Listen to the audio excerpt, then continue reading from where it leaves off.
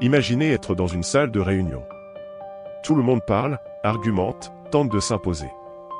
Mais il y a une personne qui reste silencieuse. Elle regarde, écoute et attend.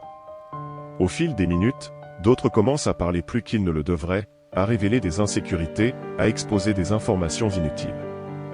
En fin de compte, ceux qui semblaient passifs avaient en réalité le contrôle tout le temps. Pensez maintenant.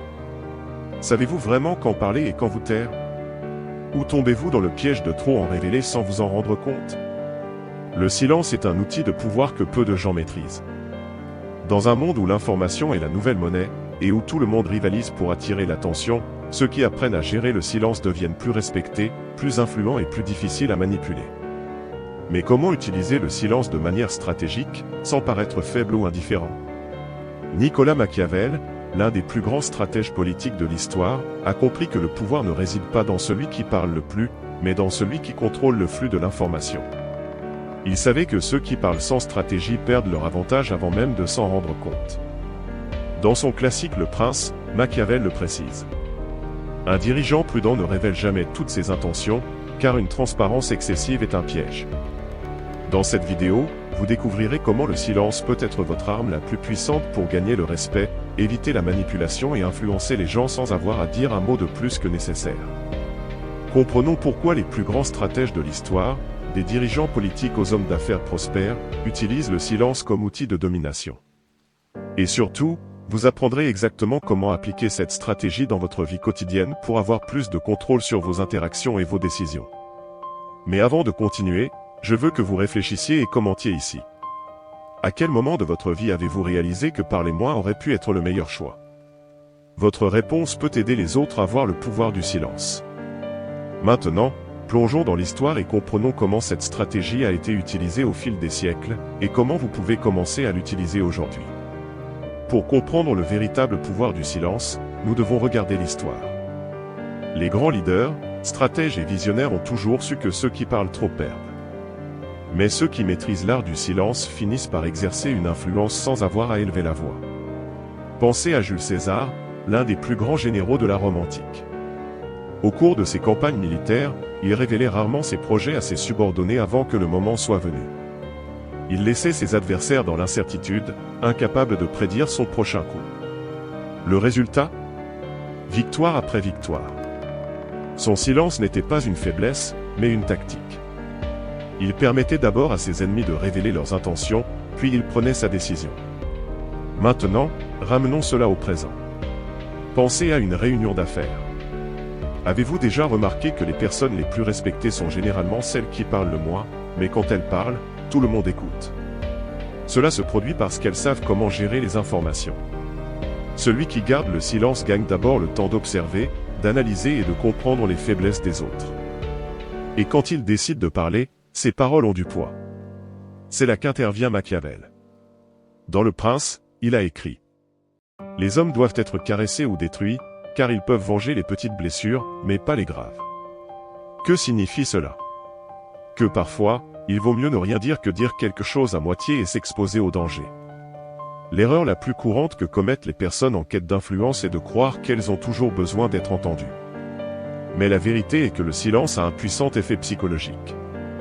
Lorsque vous restez silencieux, l'autre se sent mal à l'aise et remplit le vide avec des mots, parlant souvent plus qu'il ne le devrait et s'exposant sans s'en rendre compte. Cela se produit parce que les êtres humains ont peur du silence. Dans une conversation, lorsqu'il y a une pause, l'instinct naturel est d'essayer de la combler. Et celui qui le fait en premier en révèle généralement plus qu'il ne le souhaiterait. Les plus grands négociateurs du monde le savent et utilisent le silence comme une arme. Ils posent une question et attendent simplement. L'autre partie, dans son empressement à briser le silence, délivre souvent des informations précieuses sans même s'en rendre compte. Pensez maintenant. Combien de fois vous êtes-vous désavantagé simplement en parlant trop? Peut-être lors d'un entretien d'embauche, d'une négociation ou même d'une discussion personnelle. Vous est-il déjà arrivé d'expliquer au-delà de ce qui est nécessaire, en essayant de justifier quelque chose qui n'avait même pas besoin de l'être? C'est un piège courant. Machiavel a compris que le véritable pouvoir ne réside pas dans celui qui parle le plus fort, mais dans celui qui contrôle la communication. Le silence crée du mystère, génère le respect et intimide. C'est pourquoi les grands dirigeants, des hommes politiques au PDG, maîtrisent cet art. Lors de votre prochaine conversation importante, essayez cette expérience. Parlez-moi. Faites une pause avant de répondre. Résistez à l'envie de combler le silence. Observez simplement.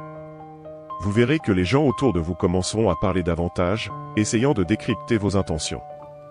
Et c'est là que vous aurez l'avantage. Le silence est un espace vide qui fait peur, mais qui protège aussi. Dans un monde où tout le monde crie pour se faire entendre, celui qui garde le silence devient un mystère.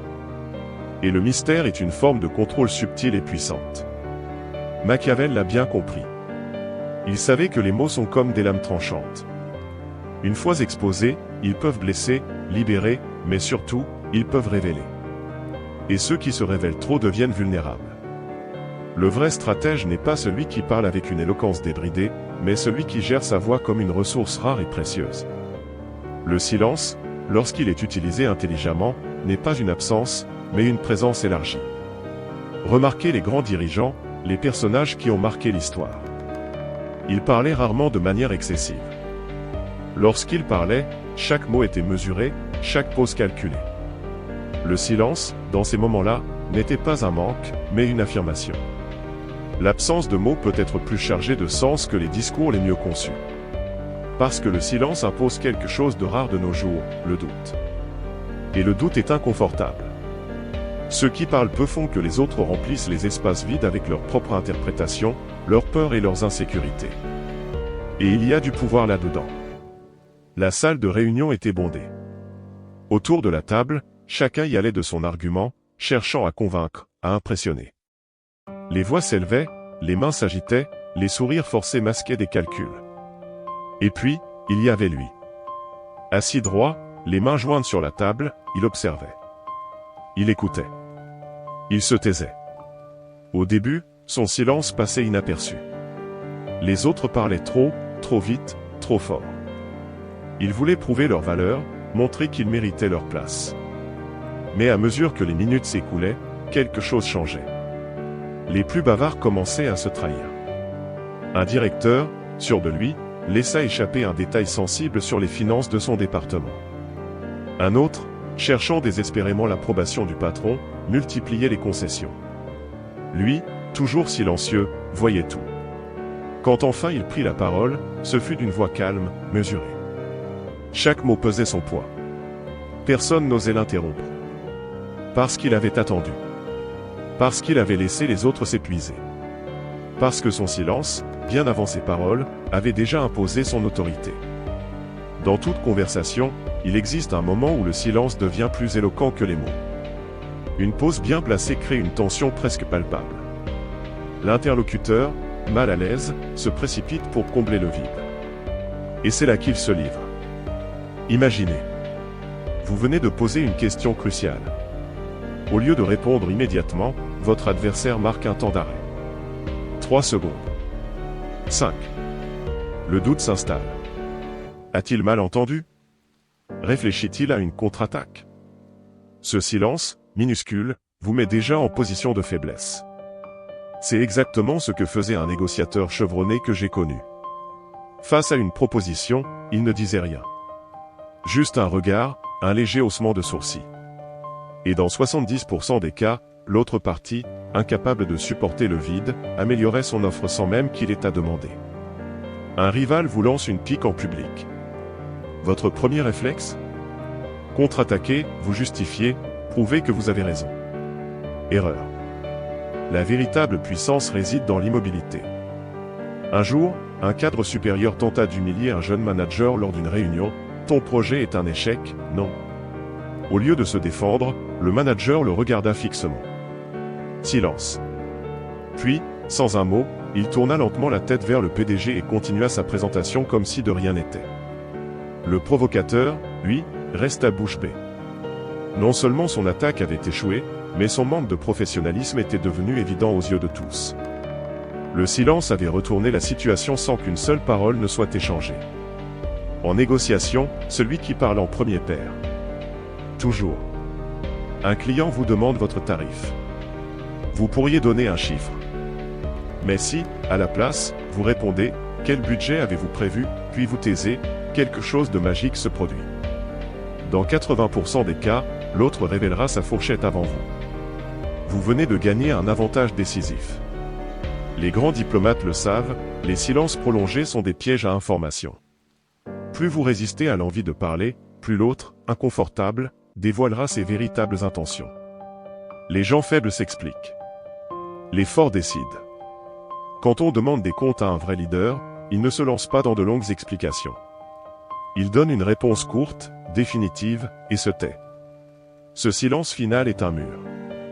Il signifie, la discussion est close.